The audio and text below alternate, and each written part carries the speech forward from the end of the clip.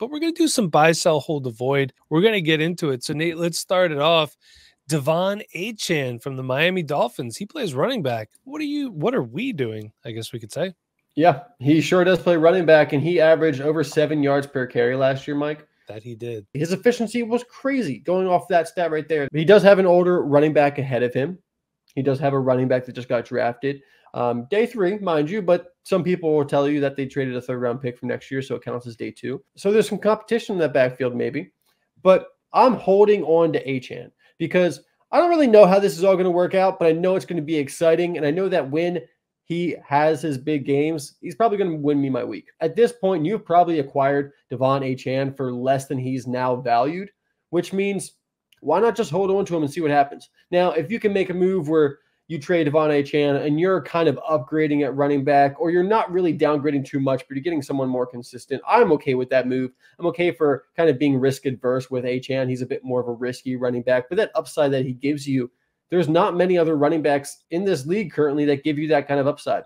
And everything coming out of camp so far, and the beat reporters, they've talked really high praise for Devon Achane so far about his work in the slot as well. We know that the Dolphins don't really have a really good wide receiver 3. Well, they do have OBJ now. But Devon Achane has had some opportunities in the slot and sounds like he's been performing really well to there. They want to get this guy involved. They're going to get him involved. And when he's involved, he is very efficient. So I'm very interested in Devon Achane. Not enough to go buy him currently, but where I have him, I'm holding on to him. It's just really impressive. And this is with him missing 5 games with a knee sprain. I mean, 13 breakaway runs, which was 6th in the NFL, 12.6 breakaway rate, 1st in the NFL. I talked about Jahmyr Gibbs last podcast. Here's the guy that was 1st and with 7.7 yards per touch as well, which is just insane. I want to see him used more as a receiver. I think that Mike McDaniel offense is just primed to really break away.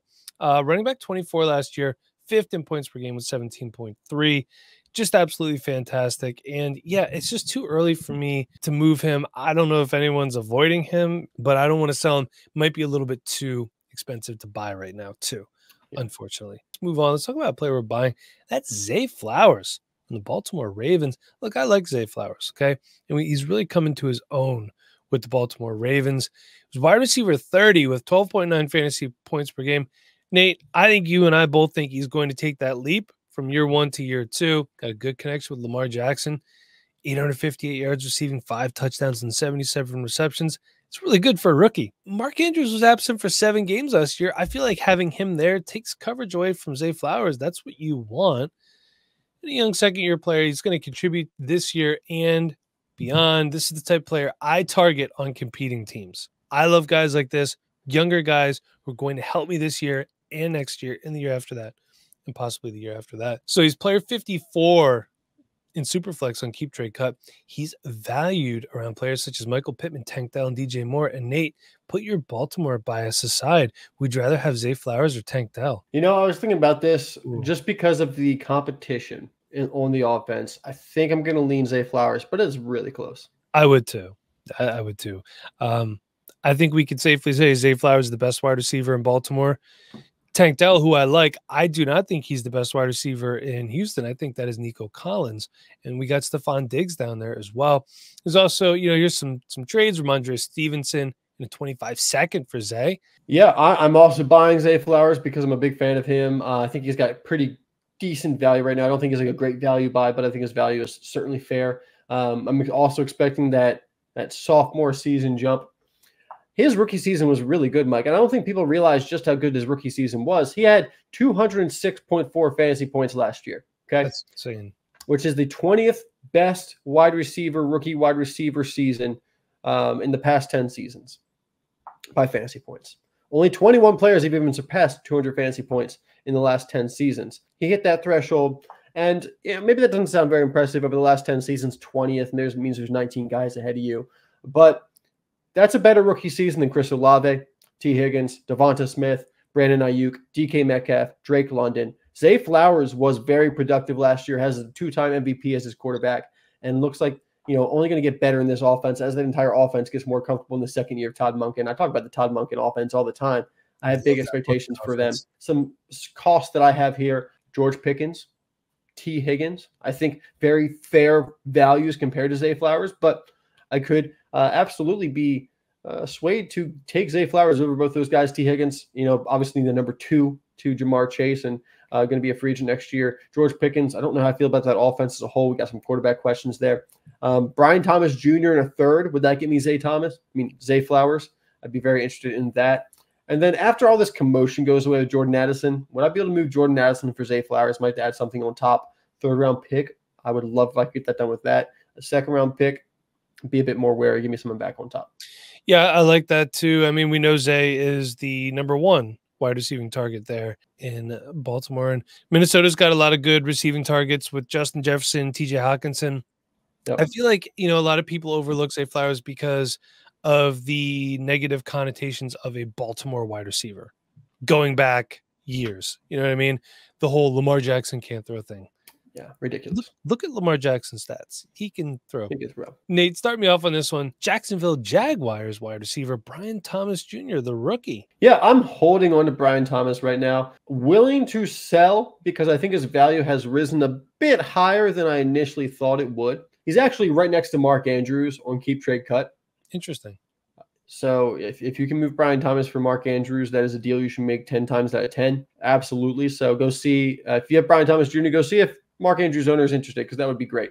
Otherwise, I'm holding on to Brian Thomas Jr. Obviously just drafted him. Haven't actually seen him on the field yet. He's going to have a lot of opportunity in Jacksonville. I think Christian Kirk is the number 1 wide receiver there for this year. Evan Ingram, I think, is ahead of Brian Thomas Jr. in the target share this year.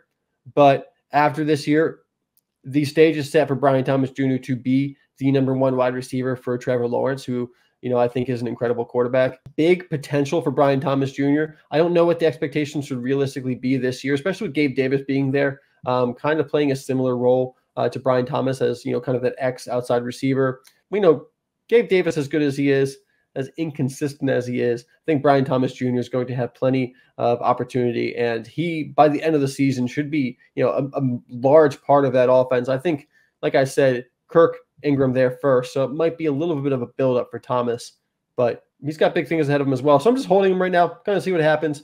No, don't need to move off of him. I don't need to. We just drafted the guy.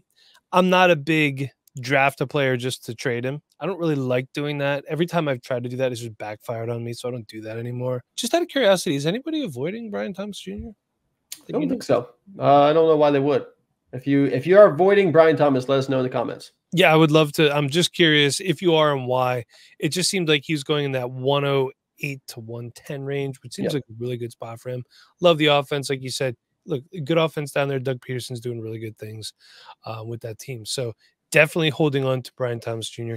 It's too soon to move on, everybody. Nate, let's talk about a guy who's definitely a candidate, I think we could say, for bounce back season, right?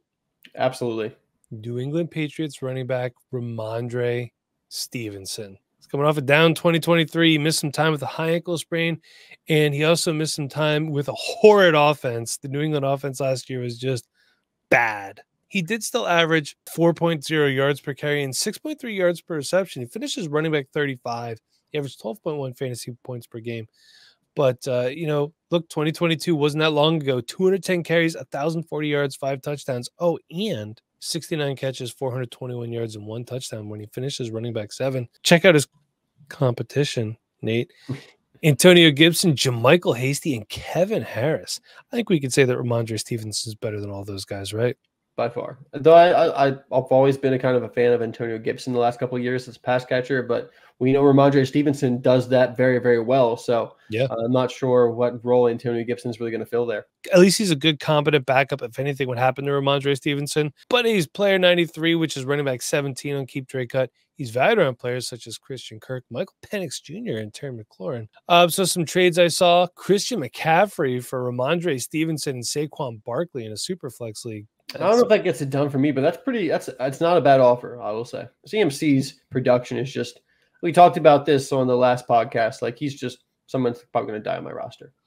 Yeah, and I'm fine with that too. Here's another one: Jamar Chase for Rhamondre Stevenson, AJ Brown, and a 24th third. All right. I can kind of get behind that because, we're taking a step down from Jamar Chase to AJ Brown, but not too much of a step down. I think it's less of a step down than it's perceived.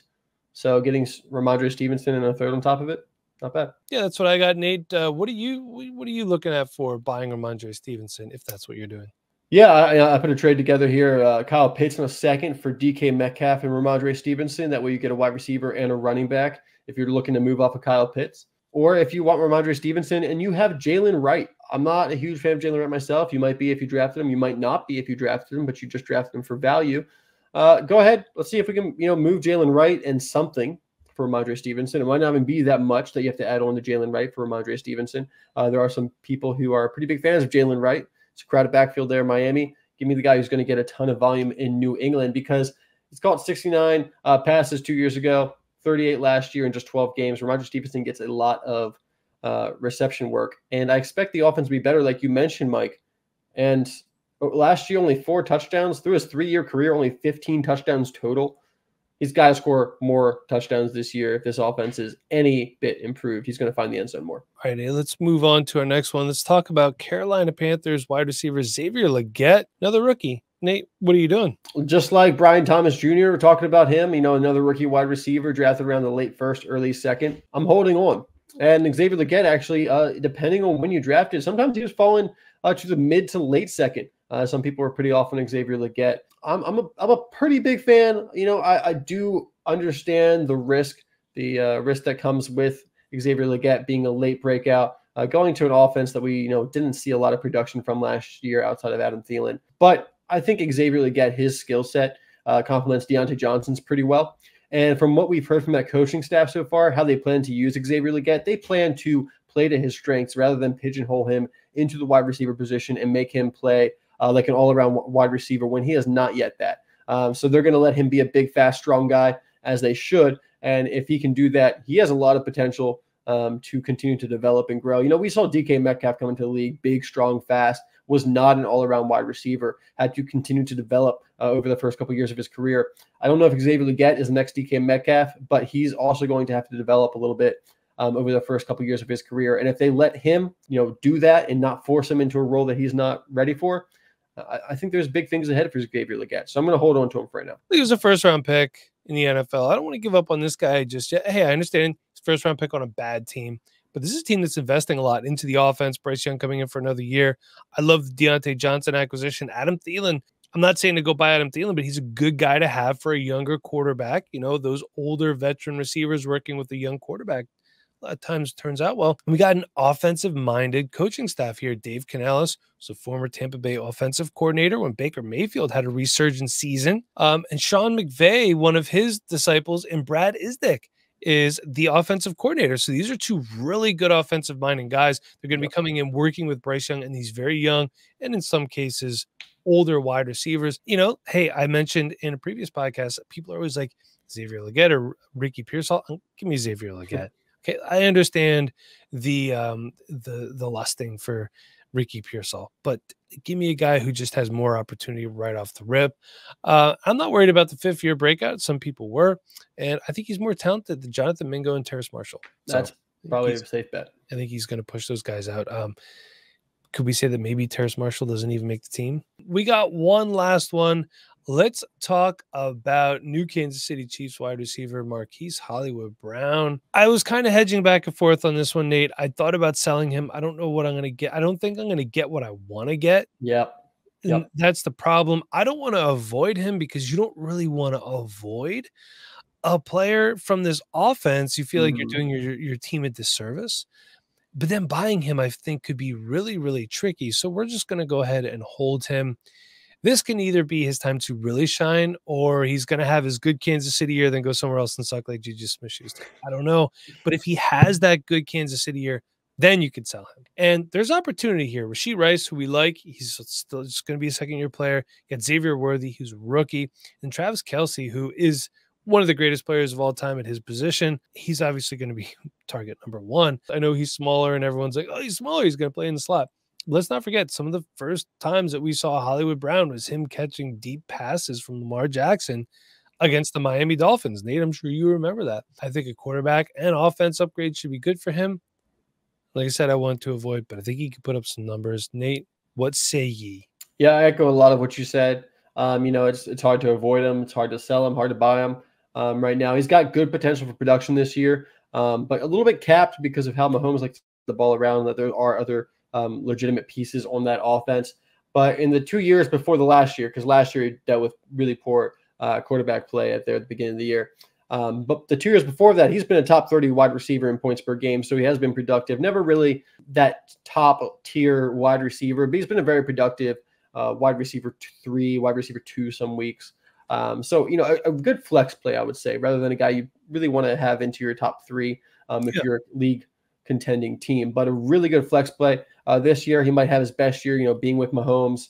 And then he goes and becomes a free agent. So he might land in a better spot, a quote unquote better spot, because is there any better spot than Chiefs? Probably not. But for fantasy football, he might land in a spot that's more consistent with volume. One thing I do want to dispel real quick, I think Marquise Brown kind of got the injury prone narrative thrown on him, but he's only missed 8 games over the past 4 years, Mike. So he hasn't really been that injury prone. 2 games a year, man. That's not 2 games a year. It's not too bad in today's modern NFL, He's 5'9", 180, so, I mean, he's not a really big guy. Holding up pretty well, all things considered. One thing you can't avoid is that free Patreon trial, patreon.com/Dynasty Rankings, giving you away a week for free. Come hang out. Check out the Discord. Come say hey. Till next time, for Nate, I'm Mike. Thank you for listening.